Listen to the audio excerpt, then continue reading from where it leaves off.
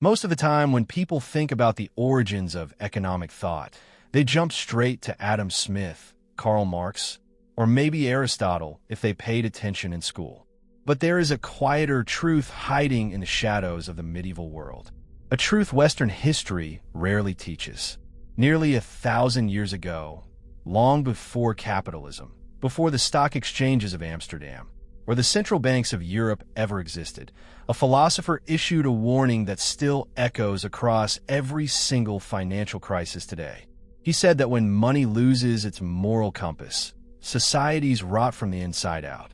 And judging by the fragmented, over-leveraged world we live in right now, he might have understood US a lot better than we think. Welcome to Financial History, where money, power, and history collide. Today, we dive into the architecture of human greed and the illusions we mistake for wealth. To truly understand Al-Ghazali, one of the most influential thinkers of the Islamic Golden Age, you have to imagine a world that looked both strikingly familiar and profoundly foreign. The year is around 1100. Europe is fragmented, impoverished, and violent, still crawling out of the wreckage of the early Middle Ages. Meanwhile, the Islamic world stretches continents, from the sun-baked streets of Al-Andalus in Spain to the distant borders of Persia. Its cities are wealthy and complex. Baghdad, Damascus, and Cairo are not just cities. They are the financial and intellectual powerhouses of the known world. Trade routes pulse day and night with heavily armed caravans carrying silk, exotic spices, textiles, and endless flows of raw silver. Wealth is transforming society at a speed that terrifies the older generations. In this booming world of intercontinental commerce, rising inequality, and sudden new money, a scholar named Abu Hamid Al-Ghazali emerges. Born in Persia, he quickly rose to the highest echelons of intellectual prestige in Baghdad. But despite his elite status, he was not blind. He saw a world where wealth was multiplying, markets were expanding, and yet something felt deeply, structurally wrong. He saw a society rapidly becoming obsessed with money, but drifting fatally away from meaning. An economy thriving on the outside, but decaying rapidly on the inside. You really do not have to try hard to see the modern parallel. He began asking a fundamental question that few men in power had ever dared to ask. What happens when a civilization gets rich faster than it gets wise? To answer it, he did not look at philosophy in the clouds. He turned his focus directly to the dirt, to the markets, to money itself. This is the part that surprises most modern viewers. Al-Ghazali was not just a religious thinker concerned with prayers. He was one of the very earliest philosophers to analyze money in purely systemic and behavioral terms. For him, money was never meant to be worshipped. It was not designed to be hoarded in chests or used as a weapon of status. It was merely a tool. He famously compared money to a mirror. A mirror, he explained, has no intrinsic value, no color, no life of its own. Its entire worth comes exclusively from what it reflects. Money is exactly the same. Its power lies not in the cold gold or silver coin itself, but in the human labor, the wheat, the houses, and the trust it allows people to trade. Now, take that 1,000-year-old concept and look at modern financial markets. Look at the flashing green and red screens, the manic Bitcoin charts, the towering, cold glass buildings of Wall Street. What are we doing in there? We are no longer trading the commodity itself. We are trading the mirror. We trade derivatives on top of derivatives, placing bets on the reflection of a reflection. And as Al-Ghazali pointed out, when you turn the mirror into the commodity, it can no longer reflect reality. It goes blind.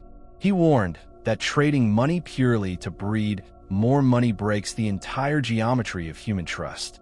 Today, we have built a $300 trillion global economy based on dancing around digital mirrors of our own creation, frantically trading absolute nothingness and wondering why the middle class is evaporating.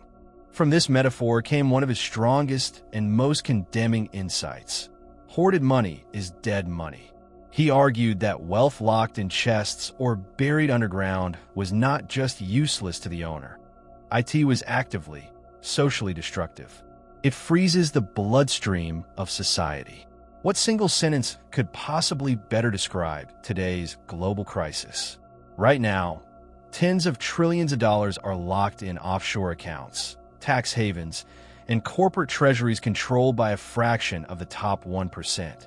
When the wealthy hoard money and remove it from productive circulation, they create artificial scarcity down below. Prices distort, local markets break down, wages stagnate, and the ordinary people suffer under the weight of a system they cannot even see. This critique leads directly to his next major idea. Speculation without added value destroys trust. Al-Ghazali had zero patience for merchants who cornered markets, manipulated prices, or exploited regional crises for maximum profit. He saw speculative gain, the act of extracting wealth without contributing real goods or labor, as pure economic corruption. Whoever profits from the suffering of others, he wrote, profits from corruption.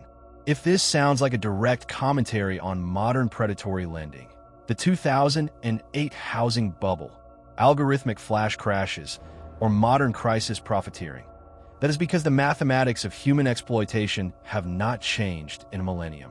Only the technology has. But Al-Ghazali did not stop his critique at individual bankers or merchants. He pointed his pen at the absolute top of the pyramid. He delivered one of the earliest, most scathing critiques of state intervention in currency. Medieval rulers, facing endless wars and bloated bureaucracies, behaved exactly like modern central banks. When they ran out of money, they diluted the gold coins with cheap copper to expand their budgets. They printed more money by making the money worth less. This was and still is stealth inflation. To Al-Ghazali, debasing a nation's currency was not a clever economic policy. It was outright theft. When a ruler tampers with the currency, he said, he is literally stealing from his own people in slow motion. The poor man's savings melt away, while the state enriches itself on the illusion of new coin. Al-Ghazali made a devastating prediction. He warned that if states manipulate their currency too often, the public will eventually lose trust. They will panic, hoard the good money, and eventually abandon the local coin entirely for something they can actually believe in. 1,000 years later, history has proved him right over and over again. These exact dynamics played out in the Weimar Republic of Germany in the 1920s, in Zimbabwe, in Venezuela, in modern Argentina, and in every single economy where the citizens are forced to flee failing fiat money for gold, foreign dollars, or crypto. He understood the one thing most academic economists today refuse to admit. That money is not a math equation. It is ultimately a belief system. Once the common people stop believing, the system completely stops functioning. Economies do not collapse because the numbers on a spreadsheet suddenly stop adding up. They collapse because the human beings inside the system look around and realize they can no longer trust each other. They collapse because corrupt institutions fail to uphold the basic justice that makes open markets possible. It is always human emotion, human fear, and blind human greed that push civilizations over the edge in a crisis, never just abstract economic formulas. Al-Ghazali teaches us that money is not a cold mechanical object. It is a living, breathing moral ecosystem. And when the moral framework of a society disintegrates, the financial system limping behind it will always, inevitably, follow it into the abyss. In a modern era defined by staggering record debt, unchecked speculative excess, and a deep, simmering institutional mistrust, his medieval message suddenly becomes a vital survival principle for the 21st century. If money becomes completely detached from morality and real value, the entire architecture of civilization will eventually break. Understanding that ancient idea is no longer just about financial education. In today's volatile world, it is financial protection. Because history does not repeat itself. But as the saying goes, IT certainly rhymes. And if you do not take the time to understand it, IT will crush you all the same, whether it is the year 1100 or today. And if this video gave you a new perspective on the invisible forces shaping your wallet, hit subscribe. We have a lot more illusions to shatter.